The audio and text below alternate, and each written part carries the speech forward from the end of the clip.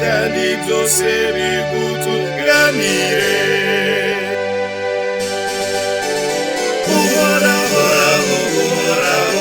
arakaduha ubuzima bwacu bw'iminsi yose.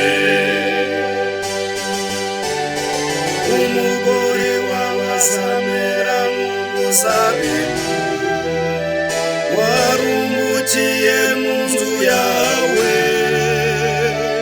Abana bawe bazamera nk'ingemwe z'imitini zikikije ameza yawe.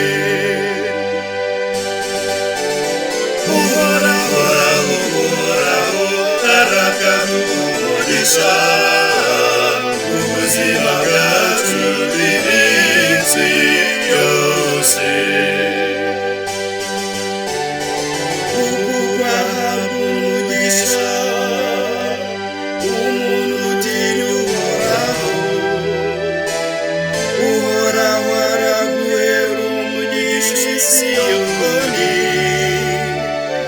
iminsi yose y'ubugingo bwawe, maze uzabona abana b'abana bawe.